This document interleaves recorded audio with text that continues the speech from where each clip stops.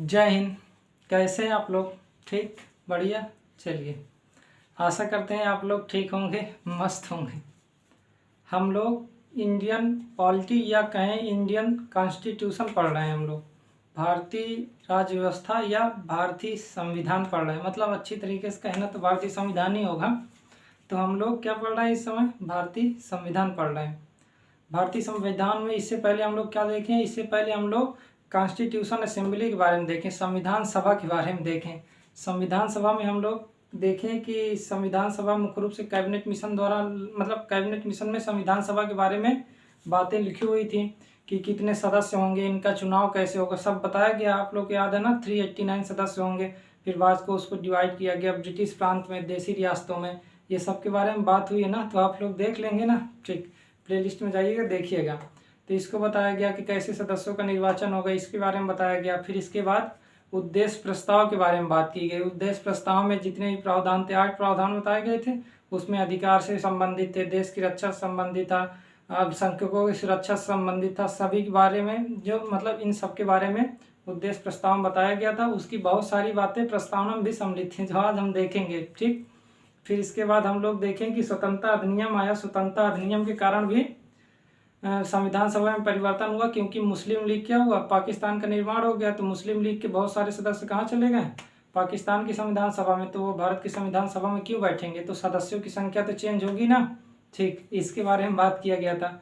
फिर थोड़ा बहुत समितियों के बारे में बात किया गया था कि 8 बड़ी समितियाँ हैं। उसमें हम लोग प्रारूप समिति के बारे में देखें, जो ड्राफ्टिंग कमेटी थी, जो संविधान को मुख्य रूप से ड्राफ्ट तैयार की थी, उसके बारे में। तो ये सब कल बात हो गई है, तो आप लोग देखेंगे। उससे पहले बात हुई, 3-4 वीडियो हैं, तो देख लीजिएगा। आज हम लोग चलेंगे प्रस्तावना के बारे में। प्रस्तावना के बारे में हम लोग आज थोड़ा सा देखते हैं। प्रियम्बल जो है, प्रियम्बल ऑफ कॉन्स्टिट्यूशन देखेंगे। प्रियम्बल में हम मुख्य रूप से क्या क्या बातें उसको देख लेते हैं। मतलब सभी तो आज नहीं देख पाएंगे, लेकिन हाँ, एक एक देखेंगे। मतलब उसमें जो जो महत्वपूर्ण है उसको देख लेंगे। फिर इसके बाद हम आगे बढ़ेंगे, कोई परेशानी नहीं। इससे पहले वाले वीडियो आप देखेंगे तो आप जाइएगा प्लेलिस्ट में, देख लीजिएगा। ठीक, चलिए, तो हम लोग क्या देखेंगे? संविधान की प्रस्तावना। अभी आपको ये परेशानी हो रही है प्रस्तावना क्या? हाँ, सब कुछ देखेंगे, आप बिल्कुल परेशान मत रहिए। संविधान की प्रस्तावना,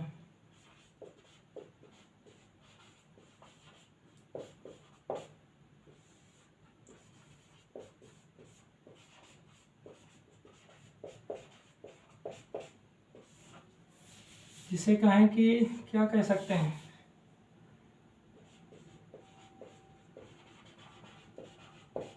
प्रियम्बल ऑफ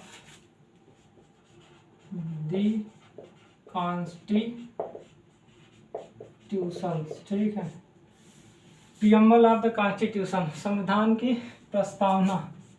तो आज हम देखते हैं कि ये प्रस्तावना है क्या, फिर इसके बाद आगे बात करते हैं। ठीक, कोई परेशानी तो होगी नहीं, देख लिया जाएगा। ठीक है, धीरे धीरे देखेंगे, सब खत्म हो जाएगा, समाप्त कर लिया जाएगा धीरे धीरे। लेकिन जो सब चैप्टर पढ़ेंगे उसको अच्छी तरीके से देख लेंगे।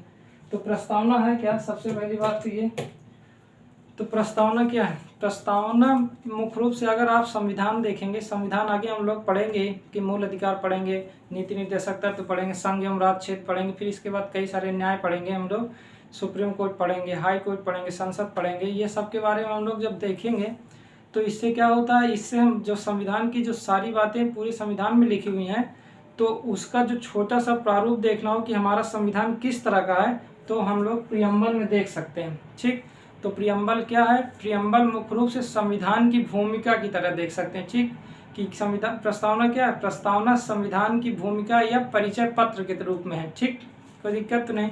जैसे भूमिका होती है किसी चीज़ को, जब आप कोई मान लेते हैं कोई प्रश्न उठाइए, प्रश्न बहुत लंबा है, तो उसकी अगर भूमिका लिखने कहेंगे तो इसका मतलब क्या हुआ, थोड़ा सा हुआ। या कोई कहानी पढ़े, कहानी या प्रस्तावना, कहानी या उपन्यास कुछ भी पढ़िए, यदि उसकी भूमिका लिखना हो तो आप उस देखेंगे ना, कोई कहानी हो या उपन्यास हो, उसके पहले पृष्ठ पर आप देखेंगे तो कुछ भूमिका लिखी होती है।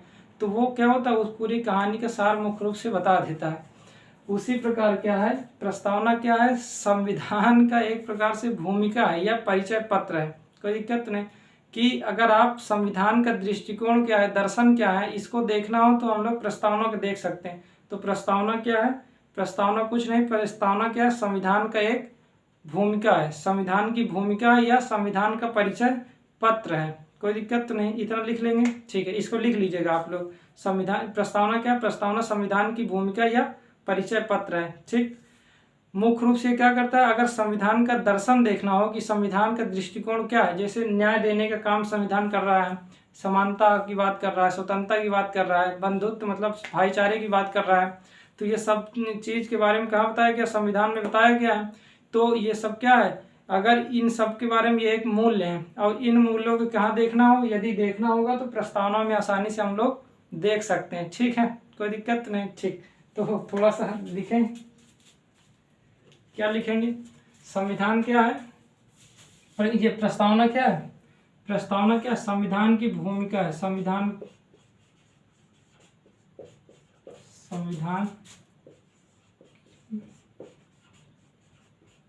भूमिका या परिचय पत्र कह सकते हैं, या परिचय पत्र लिख लीजिए। परिचय पत्र, परिचय पत्र कौन कहा है? परिचय पत्र एक बहुत मतलब आप देखेंगे कि एक NN पालकी वाला कहें, NN पालकी वाला कौन थे? एक एडवोकेट थे, ठीक है। आप वकील कह सकते हैं, बहुत महान वकील हैं। इनके बारे में बात होगी, कई सारे केस में होगा, मिनारे वेल्स मामले हो गया, उससे पहले केशवानंद भारती मामले में, सबके बारे में हम लोग देखेंगे तो इनका नाम आएगा, बहुत आएगा। तो उन्होंने ही परिचय पत्र कहा, लेकिन उसको याद करना जरूरी नहीं। लेकिन आप ये जानिए कि क्या है प्रस्तावना क्या है? प्रस्तावना संविधान की भूमिका या परिचय पत्र है। मुख्य रूप से संविधान प्रस्तावना संविधान का दृष्टिकोण या दर्शन बताता है, ये लिख लीजिए। प्रस्तावना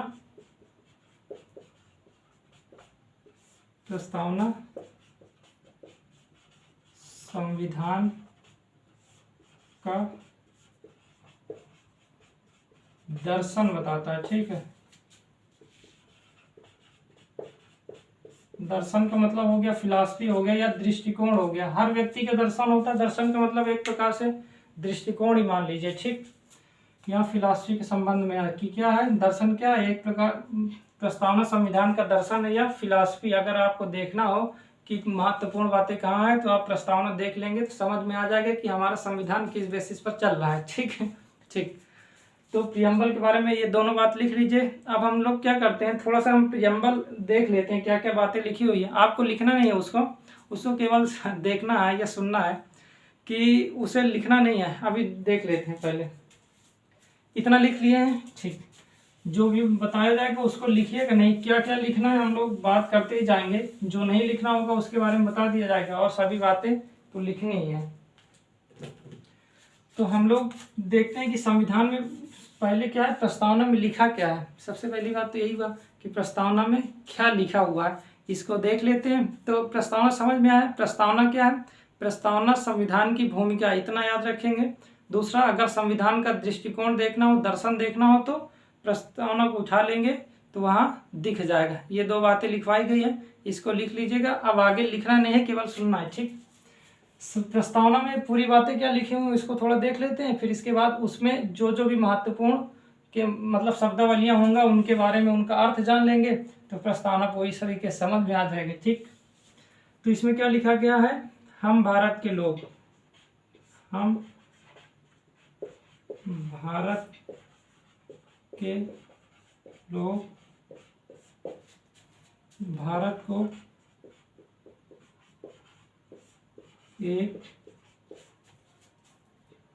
को एक संपूर्ण प्रभुत्व संपन्न समाजवादी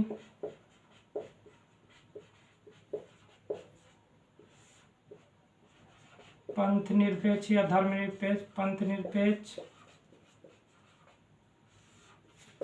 लोकतांत्रिक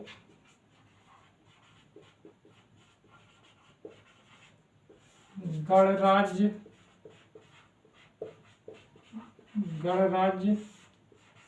बनाने के लिए और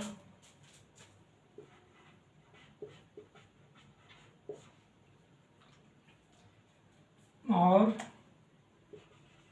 इसके समस्त नागरिकों को सामाजिक, आर्थिक और राजनीतिक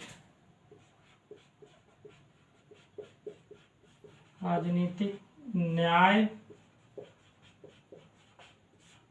विचार, अभिव्यक्ति, अभी सबके बारे में बात कर रहे हैं, अभिव्यक्ति, धर्म, विश्वास व उपासना की स्वतंत्रता,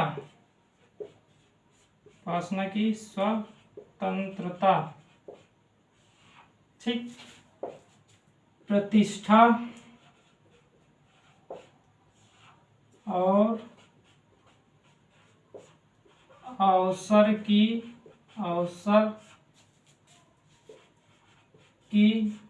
समता प्राप्त कराने के लिए व्यक्ति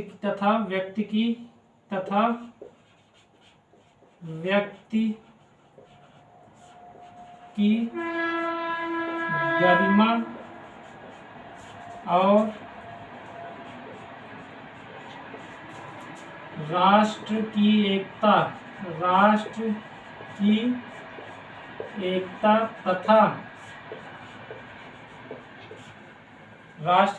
तथा अखंडता, क्या लिखेंगे, अखंडता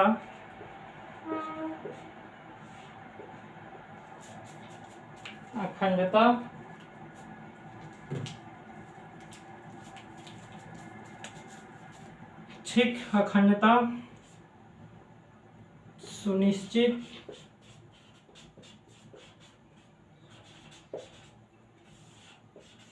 करने वाला बंधुत्व बढ़ाने के लिए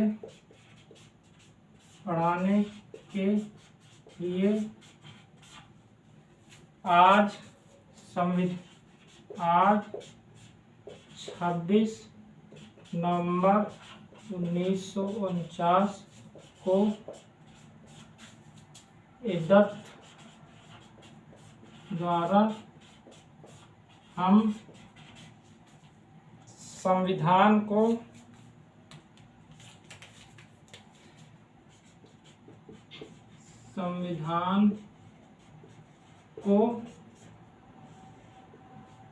लिखिए अंगीकृत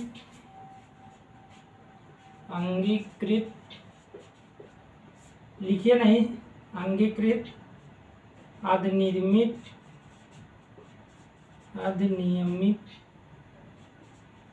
में और आत्मसमर्पित करते हैं,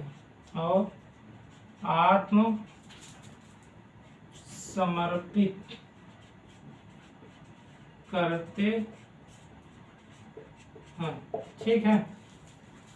तो ये मुख्य रूप से लिखा हुआ है, आपको लिखना नहीं है, इसको कोई दिक्कत नहीं, इसको आप लिखिएगा नहीं, इसको लिखना नहीं है, आपको आप बता रहे हैं क्यों नहीं लिखना है, मतलब इसको नहीं लिखना, जो शब्दावलियाँ हैं उनको लिखना है, मतलब उनको जिस तरह बताया जाएगा उसको लिखना है। तो एक बार थोड़ा सा देखते हैं क्या लिखा है। हम भारत के लोग भारत को एक संपूर्ण प्रभुत्व संपन्न, ये जो है संपूर्ण प्रभुत्व संपन्न है, इसको आप संप्रभुता मान के चलिएगा, इसको आप क्या मानेंगे, संप्रभुता। अभी आपको परेशानी हो रही होगी ये सब क्या है, ये सब शब्दावलियों के बारे में हमको देखना ही है, ठीक। तो हम भारत के लोग भारत को एक संपूर्ण प्रभुत्व संपन्न को संप्रभुता मान लीजिए, समाजवादी धर्मनिरपेक्ष लोकतांत्रिक गणराज्य बनाने के लिए तथा इसके समस्त नागरिकों को सामाजिक, आर्थिक और राजनीतिक न्याय, विचार, अभिव्यक्ति, धर्म, विश्वास व उपासना की स्वतंत्रता, प्रतिष्ठा और अवसर की समता प्राप्त कराने के लिए तथा व्यक्ति की गरिमा और राष्ट्र की एकता तथा अखंडता सुनिश्चित करने वाला बंधुत्व बढ़ाने के लिए आज 26 जनवरी 1949 को दत्त द्वारा हम संविधान को अंगीकृत, अधिनियमित और आत्मसमर्पित करते हैं। ये लिखा हुआ है, कोई दिक्कत नहीं। ठीक, इसको लिखा नहीं है, ये लिखा हुआ। अब थोड़ा सा हम देखते हैं। आपको हर चीज में दिक्कत हो रही होगी कि संप्रभुता क्या है। ठीक है, समाजवादी में भी परेशानी हो रही है, धर्मनिरपेक्ष में भी परेशानी हो रही होगी, लोकतांत्रिक, गणराज्य भी, ये सब में परेशानी हो रही होगी। नाम तो बहुत सुने होंगे लेकिन स्पष्ट रूप से नहीं जानते होंगे। जैसे लोकतंत्र, अगर आप देखेंगे लोकतंत्र होता है प्रत्यक्ष और अप्रत्यक्ष होता है। ठीक है, अगर लोकतंत्र की बात करें तो प्रत्यक्ष और अप्रत्यक्ष होता है। तो ये बारे में, इस सब के बारे में हम लोग इसी में देखना है। ठीक है, गणराज्य के बारे में देखेंगे, इसके समस्त नागरिकों को जो सामाजिक, आर्थिक और राजनीतिक न्याय दिया जाएगा ये किस प्रकार का होगा। विचार, अभिव्यक्ति, धर्म और विश्वास, उपासना की जो ये स्वतंत्रता, ये भी इसके बारे में बात करेंगे। स्वतंत्रता के बारे में बात करेंगे, अवसर की समता, समानता के बारे में बात करेंगे, व्यक्ति की गरिमा के बारे में बात करेंगे, राष्ट्रीय एकता और अखंडता के बारे में बात करेंगे और बंधुत्व के बारे में बात करेंगे। बंधुत्व का मतलब भाईचारा। हमारे मूल कर्तव्य में भाईचारे के बारे में बात किया गया है। समानता और आप स्वतंत्रता के बारे में हमारे मूल कर्तव्य में बंधुत्व के बारे में बताया गया है। मूल अधिकार में समानता और स्वतंत्रता के बारे में बात की गई है और उसी में बात किया गया। धर्मनिरपेक्ष भी उसी में बात किया गया। नीति निर्देशक तत्व तो देखेंगे तो समाजवादी के बारे में दिया गया। आप ये सोच रहे होंगे ये सब क्या है, नीति निर्देशक तत्व तो क्या है, तो ये सब क्या है, ये 22 भाग बताए गए थे ना, उस भाग में मान लीजिए एक चैप्टर के रूप में है। ठीक, हमको आगे सब कुछ देखना है। अब शुरुआत है तो थोड़ा थोड़ा आप जानते जाइए, आगे जाएंगे तो पूरी तरीके से स्पष्ट होता जाएगा। ठीक है, तो हम लोग इन सब शब्दावलियों के बारे में देखेंगे, लेकिन उससे पहले आप ये देखिए कि ये क्या है। अंगीकृत हो गया, अधिनियमित और आत्मसमर्पित। पहले इन 3 शब्द के बारे में थोड़ा देखते हैं, फिर इसके बारे में, ये शब्द के बारे में देखेंगे। आप बिल्कुल नहीं एक एक शब्द उठाएंगे। संप्रभुता के बारे में देखेंगे क्या है, समाजवादी क्या है, लोकतंत्र क्या है, धर्मनिरपेक्ष क्या है, ये सब के बारे में देखेंगे। बिल्कुल चिंतित मत रहिए। ठीक है। अंगीकृत को मतलब आप मान लीजिए स्वीकृत, क्या मानेंगे, स्वीकृत किया गया। ठीक, स्वीकृत का मतलब एडॉप्टेड। ठीक है, अंगीकृत को एडॉप्टेड, इंग्लिश में एडॉप्टेड कहेंगे, कोई दिक्कत तो नहीं। ठीक है, अधिनियमित का मतलब ये हुआ, अधिनियमित कोई चीज कब होता है, जब वो प्रभाव में आ जाता है। ठीक है, प्रभाव का मतलब आप समझ रहे हैं, कोई चीज जब प्रभाव में आ जाए तो उसे क्या कहते हैं, अधिनियमित कहते हैं। ठीक, अधिनियमित का मतलब आप मान लीजिए कि कोई भी विधानसभा कानून बनाई, विधानसभा कानून बना के क्या हुई, विधानसभा कानून बनाना चाह रही है कि विधान परिषद बनाना है। ठीक है, तो विधानसभा कानून बनाई, वहाँ से सब कुछ मतलब पास करवाई, फिर इसके बाद संसद भेजी, संसद में भी पास हुआ।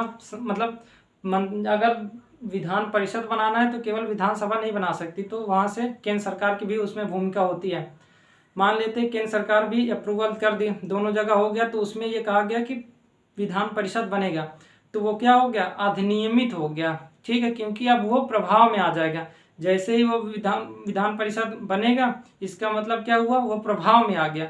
तो उसी प्रकार क्या प्रभाव में आया, उसी प्रकार संविधान प्रभाव में आया। क्या आया, यहाँ पास लिखा हुआ, संविधान को अंगीकृत, संविधान को हम स्वीकृत करते हैं। अंगीकृत का मतलब हो गया स्वीकृत हो गया, एडॉप्टेड हो गया। ठीक, उसी प्रकार अधिनियमित करते हैं। अधिनियमित का मतलब यह हुआ कि अब ये प्रभाव में आ गया, संविधान अब प्रभाव में आ गया, मतलब इसकी जो सारी बातें लिखी हुई हैं अब इसको मानना ही पड़ेगा। ठीक है, प्रभाव में आ जाने का मतलब क्या हुआ, इसकी सारी बातें मानी जाएगी। इसे इंग्लिश में कहते हैं इनएक्टेड कहते हैं। ठीक है, इनएक्टेड। ठीक, इनएक्टेड कहते हैं। ठीक है, इसी प्रकार आत्मसमर्पित मतलब यह हुआ कि स्वयं को समर्पित करते हैं। आत्म का मतलब क्या होता है, स्वयं। समर्पित का मतलब होता है, जानते हैं, तो स्वयं को क्या होगा, समर्पित करना, तो इसे कहते हैं सेल्फ डेडिकेटेड। Self dedicated. ठीक, तो सेल्फ डेडिकेटेड, तो आत्मसमर्पित करते हैं कि मतलब क्या हुआ, सेल्फ डेडिकेटेड। ठीक, तो आप ये इतना नीचे वाला आपको समझ में आया।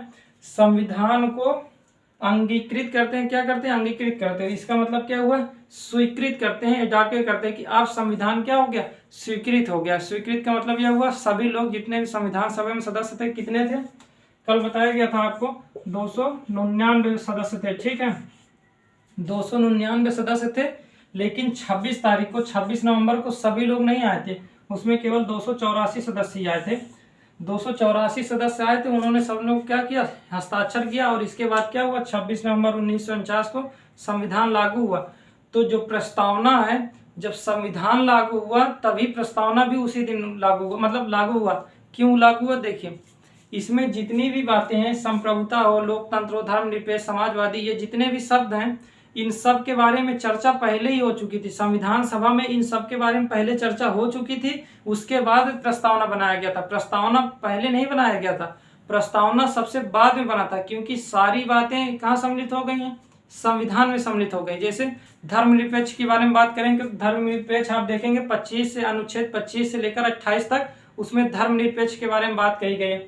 समाजवादी देखेंगे तो आप नीति निर्देशक तत्व अगर उठा लेंगे, ठीक है, 37 से शुरू है मुख्य रूप से, अगर हम 39 से देखना शुरू करें तो उसमें लिखा हुआ स्पष्ट रूप से। उसी प्रकार गणराज्य के बारे में आप देखेंगे, जब राष्ट्रपति, गणराज्य का मतलब जो शीर्ष प्रमुख होता है उसको चुना जाए। अगर राष्ट्रपति देखेंगे अनुच्छेद 54-55 तो वो चुना ही जाता है, ठीक। उसी प्रकार संप्रभुता भी देख लेंगे, न्याय के बारे में। तो ये सब चीजों के बारे में जितने भी शब्द इसमें लिखे हुए हैं, ये सब के बारे में पहले चर्चा हो चुकी है। संविधान सभा में क्या हुई, बैठक हुई, सब चीजों के बारे में चर्चा हुई। लास्ट में क्या हुआ, 26 नवंबर को सभी सदस्य जितने लोग उपलब्ध थे, कितने लोग उपलब्ध थे, 284 सदस्य, जितने लोग भी उपलब्ध थे, इन सब लोगों का क्या हुआ, सर्वसम्मति से इसमें जो भी बातें लिखी गई हैं सर्वसम्मति से इसमें रखी गई हैं। क्योंकि पहले ही चर्चा हो गई थी, तब तो चर्चा करने की कोई जरूरत थी ही नहीं। इसको फिर एक बार पढ़ लिया गया, इसको पढ़ने के बाद क्या किया गया, इसको स्वीकार कर लिया गया, ठीक है। कब स्वीकार किया गया, 26 नवंबर 1949 को प्रस्तावना भी आई है, उसी दिन संविधान स्वीकृत भी हुआ है, ठीक है। संविधान किस दिन लागू हुआ, उसी दिन स्वीकार भी किया गया, उसी दिन प्रस्तावना आई भी है, ठीक है। 26 नवंबर को आया, ठीक, कोई दिक्कत नहीं, 26 नवंबर को आया भी और उसी दिन संविधान लागू हुआ। तो प्रस्तावना को अलग से चर्चा नहीं किया गया, प्रस्तावना के बारे में कोई अलग से चर्चा नहीं हुई। पहले सारे प्रावधान के बारे में चर्चा हो चुकी थी, बाद में प्रस्तावना को इंक्लूड कर दिया गया, ठीक। ये बात समझ में आई, ठीक है। तो ये तीनों शब्द समझ में आ गए। अंगीकृत को आप लिख लीजिए, अडॉप्टेड, ये 3 शब्द लिख लीजिएगा क्योंकि ये समझ में नहीं आ रहा होगा। अंगीकृत का मतलब होगा स्वीकृत या अडॉप्टेड, अधिनियमित का मतलब होता है प्रभाव में आ जाना, इनएक्टेड हो गया, और सेल्फ डेडिकेटेड को आत्मसमर्पित हो गया, ठीक। तो ये सब बातें लिखी गई थी किसमें, प्रस्तावना में। तो अब प्रस्तावना के बारे में थोड़ा थोड़ा आप अभी जान लीजिए कि ये है। अब हम इसमें एक एक शब्द देखेंगे, लेकिन उससे पहले जो कुछ महत्वपूर्ण तथ्य हैं उसको देख लेते हैं, फिर इसके बाद हम बात करते हैं, ठीक। कोई दिक्कत नहीं, ये समझ में आया जो भी लिखा है, कुछ कुछ समझ में आया ना, थोड़ा बहुत, क्योंकि पूरे शब्द को जब तक समझेंगे नहीं तब तक ये प्रस्तावना समझ में नहीं आएगी, ठीक। तो बस और हम लोग आगे देखते हैं। कोई दिक्कत नहीं हुई यहाँ तक का मतलब है कि प्रस्तावना अलग से चर्चा का विषय नहीं बना था कि संविधान सभा में इसके लिए कि चलो चर्चा करते हैं किस पर, प्रस्तावना पर, ऐसा नहीं हुआ था, क्योंकि सारी बातें पहले ही चर्चा हो चुकी थी। तो अब इसमें चर्चा करने के लिए कुछ बचा ही नहीं। जब चर्चा करने के लिए कुछ बचा ही नहीं, तब क्या हो गया, सर्वसम्मति से स्वीकार कर लिया जाएगा, और जब स्वीकार होगा तब क्या हो जाएगा, तो लागू हो गया। और उसी दिन क्या हुआ, संविधान स्वीकृत भी हुआ, और उसी दिन आया भी, क्या आया, प्रियम्बल उसी दिन आया भी है, ठीक।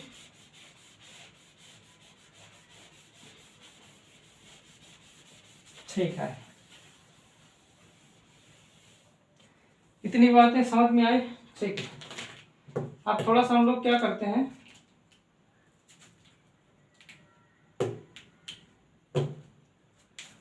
हम लोग अब थोड़ा सा कुछ बिंदु देखते हैं।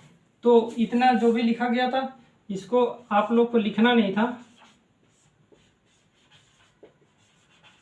क्यों नहीं लिखना था, क्योंकि संविधान में ये शब्द समझ में आने चाहिए ना, कि जैसे समाजवादी ये होता क्या, ये समझ में आना चाहिए, लोकतंत्र क्या, ये समझ में आना चाहिए। इसको ये याद करना जरूरी नहीं है, ठीक है, कि इसको अब याद करना, इसको याद नहीं करना, ना ही लिखना है, केवल इसके जितने शब्द हैं इसको जानना आवश्यक है, उसको हम देख लेंगे अच्छे से, ठीक है, ठीक। तो इसमें जो संविधान में जो प्रस्तावना में लिखा है, क्या लिखा है, हम भारत के लोग। इसका मतलब जो शक्तियां मिलेगी संविधान को कहाँ से मिलेगी, वो भारत की जनता से मिलेगी, ठीक है। संविधान का स्रोत क्या है,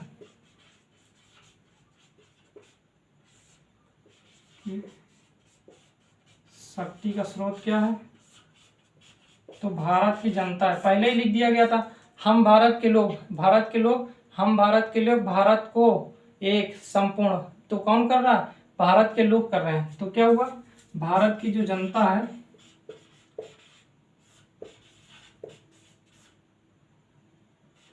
लोग। ये क्या कर रहे हैं, शक्ति दे रहे हैं, ठीक है। तो शक्ति का स्रोत क्या है, संविधान की शक्ति का स्रोत क्या है, भारत के लोग, ठीक है। पहले ही लिखा हुआ है, पहले ही लिखा हुआ है ना, अभी जो लिख के बताया गया था हम भारत के लोग था, ठीक ठीक है। दूसरे की बात करें कि संविधान का नेचर किस प्रकार का है। नेचर का मतलब इसकी प्रकृति किस प्रकार की है। प्रकृति का मतलब अभी हम लोग प्रकृति का मतलब यह नहीं, प्रकृति का मतलब आप समझिए कि किस प्रकार का, समाजवादी है, लोकतंत्र है, ये सब के बारे में है ही लिखवाया गया। तो इसकी प्रकृति किस प्रकार की है उसके बारे में। तो संविधान की प्रकृति, नेचर किस प्रकार का है।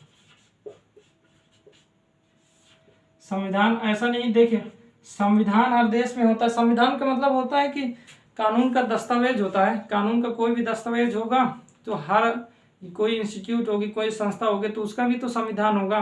कोई भी देश होगा या कोई राज्य होगा, अगर जैसे अमेरिका में सभी राज्यों के अलग अलग संविधान है, फिर एक सेंट्रल संविधान है।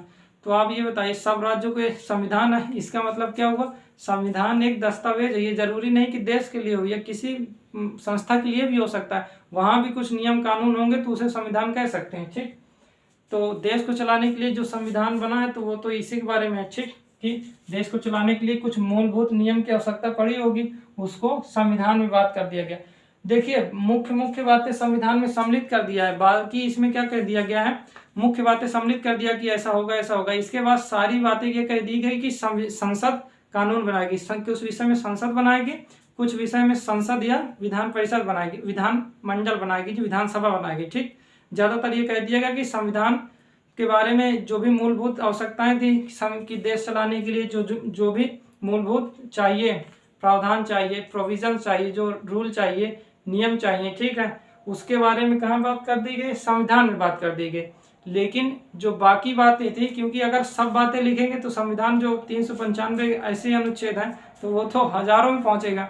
इसलिए क्या हुआ, मोटी मोटी बात इसमें रख दी गई है, बाकी सारी ये बात कह दी गई है कि इससे संबंधित कानून संसद बनाएगी, ठीक।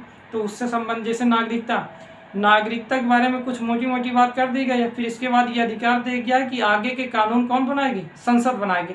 तो इसका मतलब संसद को अब अधिकार है उतना छोड़कर आगे की बात क्या सम्मिलित कर देगी, अपने कानून में सम्मिलित कर देगी, ठीक है। इसलिए संविधान सबसे ऊंची विधि है, उसके नीचे होता एक्ट होता है, ठीक। तो एक्ट संसद बनाएगी, उससे ऊपर क्या होता है, संविधान होता है, वो सर्वोच्च विधि है, ठीक। तो संविधान की प्रकृति किस प्रकार की है, नेचर। संविधान की प्रकृति अगर देखेंगे तो ये समाजवादी है कि नहीं है, पहले ही लिखा हुआ है, हम भारत के लोग भारत को एक संपूर्ण प्रभुत्व का मतलब बताया गया संप्रभुता। अभी आप बिल्कुल परेशान मत रहिए, थोड़ा थोड़ा हम लोग देख रहे हैं, लेकिन इसके बाद हम लोग पूरी बात देखेंगे। और कौन सी यहाँ पास लगेगी, लोकतंत्र चल रहा है, लोकतंत्र है ना,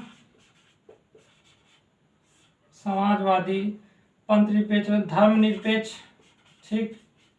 ये है, क्या हो गया,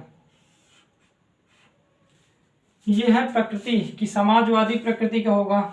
हम लोग समाजवादी के बारे में मूल्य अगर देखेंगे तो नीति निर्देशकत्व में सम्मिलित है। संप्रभुता तो निर्णय लेने की स्वतंत्रता संसद के पास है, ठीक है, सरकार के पास। लोकतंत्र के बारे में तो जानते हैं, सब चीज चुन के ही बैठा रही, जो सरकार बन रही है वो चुनकर ही बैठ रही है, ठीक है। जब चुनकर ही बैठती है तो या तो प्रत्यक्ष रूप से बैठेगी या अप्रत्यक्ष रूप से, लेकिन वो लोकतंत्र होगा, ठीक है, लेकिन जनता द्वारा चुना जाएगा।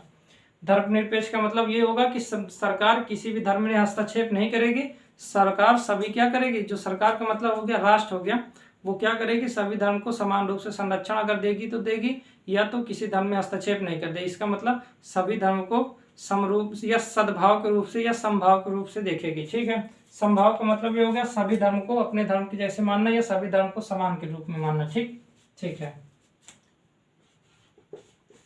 तो संविधान की प्रकृति इस प्रकार। अगर संविधान का उद्देश्य देखें क्या है, आप देखेंगे ना, इसमें जितनी बातें लिखी हैं उसी के बारे में हम लोग बात कर रहे हैं। जो अभी लिखा गया था ना प्रस्तावना, उस प्रस्तावना में जितनी भी बातें उसके बारे में बात हो रही है। ये सारी बातें संविधान के अंदर उपलब्ध है। ये तो परिचय पत्र ही पहले ही बता दिया गया, परिचय पत्र है। तो परिचय पत्र के बारे, ये तो परिचय पत्र है, इसके बारे में सारे प्रावधान, सारे प्रोविजन कहाँ होंगे, संविधान के अंदर तो होंगे ना, क्योंकि ये एक प्रकार से क्या है, परिचय पत्र के रूप में। एक प्रकार से कोटेशन के रूप में, ठीक। संविधान का उद्देश्य क्या है? संविधान का उद्देश्य है न्याय दिलाना। न्याय के बारे में बात हुई है ना, सामाजिक, आर्थिक तथा राजनीतिक न्याय, ठीक है। तो और इसका उद्देश्य क्या है कि अभिव्यक्ति, अभिव्यक्ति का मतलब ये हो गया कि अपनी बात रख सकते हो, ठीक है। ऐसा नहीं है कि किसी की बात सुना नहीं जाएगा, सभी की बात सुना जाएगा। समानता की बात कही गई है। समता का मतलब जो समता की बात हुई है ना, प्रतिष्ठा और अवसर की समता प्राप्त कराने के लिए, उसका मतलब समानता है, ठीक है, इक्वालिटी है। हम लोग आगे देखेंगे ये समानता, इक्वालिटी निगेटिव भी होती है, पॉजिटिव, उसके बारे में हम लोग बात करें। न्याय, अभिव्यक्ति, समानता, स्वतंत्रता के बारे में भी बात कही गई है, तो स्वतंत्रता भी लिख लीजिए। तो संविधान का उद्देश्य क्या है? संविधान का उद्देश्य है समानता देना सभी लोगों को, सभी लोगों को स्वतंत्रता देना, बोलने की आज़ादी देना, न्याय देना, ये सभी क्या है? संविधान का उद्देश्य है, ठीक, ठीक है। अगर हम लोग चौथा बिंदु कहें तो संविधान जो प्रस्तावना लिया कहाँ से गया है? देखिए, प्रस्तावना अमेरिका के संविधान में सम्मिलित है, ठीक है। फिर इसके बाद कई सारे देश भी सम्मिलित किए अपने अपने देश में, लेकिन सबसे पहले कौन सम्मिलित किया? अमेरिका के संविधान जो है वहाँ भी प्रियम्बल सम्मिलित है। तो जब वहाँ प्रियम्बल सम्मिलित है, इसके बाद कई सारे देश आज़ाद हुए तो वो भी अपना संविधान बनाए। वो संविधान बनाए तो वो क्या किए? वो भी प्रस्तावना को इंक्लूड किए अपने संविधान में। उसी प्रकार भारत भी क्या किया? संविधान बनाया, फिर इसके बाद क्या हुआ? प्रस्तावनाओं को इंक्लूड कर दिया। तो कहाँ से लिया गया? मुख्य रूप से कहते हैं कि संविधान, अमेरिका के संविधान से प्रस्तावना लिया गया, ठीक। तो अमेरिका के संविधान से, ठीक, अमेरिका। आपको पहले ही बताया गया संविधान सभा में जब संविधान बन रहा था तो लगभग 60 देशों के संविधान को देखा गया था, उसके बाद फिर अपना संविधान बनाया गया। लगभग 60 देश, बहुत होते हैं, ठीक। तो अमेरिका के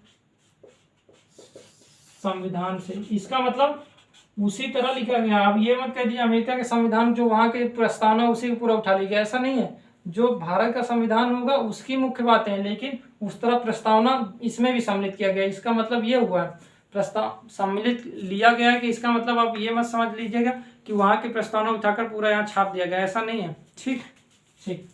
तो अमेरिका के संविधान से लिया गया, कोई दिक्कत नहीं, ठीक। इसको रफ करें, ठीक है। इसको लिखना है, इसको नहीं देखना। जो 3 शब्द पहले लिखे हुए, अंगीकृत, अधिनियमित, आत्मसमर्पित, उसको लिखना था, उसकी इंग्लिश भी लिखना था, और फिर इसके बाद इसको लिखना है, ठीक है, ठीक। पूरा जो प्रस्तावना था उसको नहीं लिखना था, पहले ही बता दिया गया था कि उसको नहीं लिखना।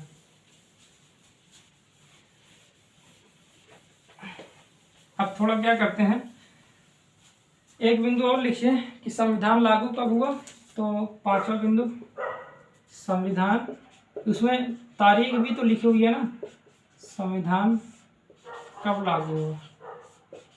तो संविधान लागू हुआ 26 नवंबर 1949, बताया गया है ना, इसमें लिखा हुआ अभी संविधान कि 26 नवंबर 1949 को एदत्त द्वारा हम क्या करते हैं? संविधान को अंगीकृत करते हैं, अधिनियमित करते हैं, आत्मसमर्पित करते हैं। तो 26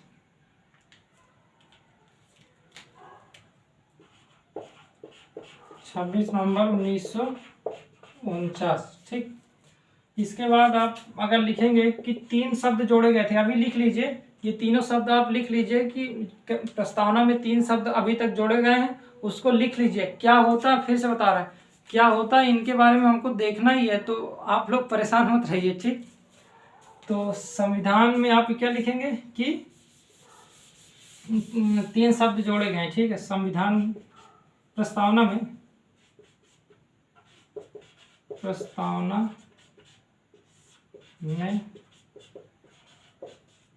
3 शब्द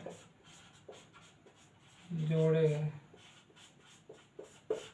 एक लिखिए समाजवादी, एक धर्मनिरपेक्ष, इसको लिखते जाइएगा, समाजवादी, धर्मनिरपेक्ष,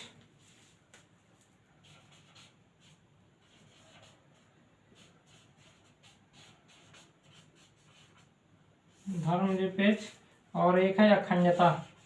आपको मालूम, यूनिटी और अखंडता बताया गया ना, राष्ट्र की एकता और अखंडता सुनिश्चित करने वाला, ये लिखवाया गया है। लिखवाया का मतलब बताया गया है ना, लिखना तो था नहीं। तो जो है यूनिटी पहले से सम्मिलित था, जो इंटेग्रिटी है उसको बाद में सम्मिलित किया गया, अखंडता, ठीक। धर्मनिरपेक्ष, इसको बारे में, और समाजवादी। ये क्या हुआ, कब जोड़ा गए थे, ये 42वें समय, इसको लिखते जाइएगा, 42वां संविधान संशोधन हुआ। संविधान संशोधन कब हुआ, सन अगर देखेंगे तो इंदिरा गांधी जी के समय हुआ, जब इमरजेंसी लगी हुई थी। इमरजेंसी आपको मालूम है ना कि 21 या 19 महीने लगी थी, ठीक। तो 1975 में लग गए थे जून में। फिर इसके बाद 1977 में मतलब मार्च को चुनाव हुआ। उसके बाद सरकार बदली, तो आप मार्च तक अगर लेंगे तो 21 महीने। अगर उससे पहले घोषणा जो की गई थी इमरजेंसी हटने की, वो जनवरी 1977 में कर दी गई थी। तो उस तरह अगर देखेंगे तो 19 महीने, ठीक। तो 42वें संविधान संशोधन 1976 में क्या हुआ, जब इमरजेंसी लगी हुई थी तब 3 शब्द जोड़े गए थे, समाजवादी, धर्मनिरपेक्ष, अखंडता, ठीक। इसको जोड़ा गया था, देखिए इंदिरा गांधी जी जोड़ी थी। इसके बाद विवाद भी हुआ था, हम लोग देखेंगे बाद में मिनर्वा मिल्स मामला आएगा, उसमें भी कहा गया था ये तीनों शब्द जोड़े गए हैं, वो ठीक है या नहीं ठीक है। इसके बारे में हम अभी आगे देखेंगे कि इससे संबंधित विवाद क्या है, प्रस्तावना से संबंधित विवाद क्या है। जब हम सारे शब्द देख लेंगे उसके बाद ये सब आएगा, तो हमको देखना है। तो आप लोग बताएं ना कि जिस तरह संविधान सभा पूरी तरीके से देखें, उसी तरह प्रस्तावना भी देखेंगे। हम कोई भी चैप्टर उड़ा के नहीं पढ़ेंगे, अगर पढ़ेंगे तो पूरा बेसिक पढ़ लेंगे, ठीक है, ताकि उससे कन्फ्यूजन ना रहे, ठीक। चलिए, तो इतनी बात आपको समझ में आई, ठीक। इतनी बात आज लिखिए। इसके बाद हम लोग कल क्या देखेंगे, शब्द उठा के देखेंगे, जो संप्रभुता है, समाजवादी, धर्मनिरपेक्ष, लोकतांत्रिक, न्याय, अभिव्यक्ति, विचार, उपासना स्वतंत्रता क्या है, ये अखंडता क्या है, यूनिटी क्या है, इन सब के बारे में हम लोग कल देखेंगे। कोई दिक्कत है, मतलब जितना भी हो जाएगा कल, क्योंकि 2 वीडियो लगभग अभी तो और लगेंगे। फिर इसके बाद हम लोग उससे संबंधित विवाद के बारे में देखेंगे, तो 4-5 वीडियो हो जाएंगे। कोई परेशानी नहीं है, पूरी तरीके से देखेंगे, इसमें हम लोग छोड़ के नहीं पढ़ेंगे, ठीक। कैसा लगा आप लोग बताएंगे। इसके बाद हम लोग मिले कल मिलेंगे। इससे पहले संविधान सभा के बारे में भी देख लीजिएगा, इसको देख लीजिएगा, बता दीजिएगा, ठीक। ओके, ठीक।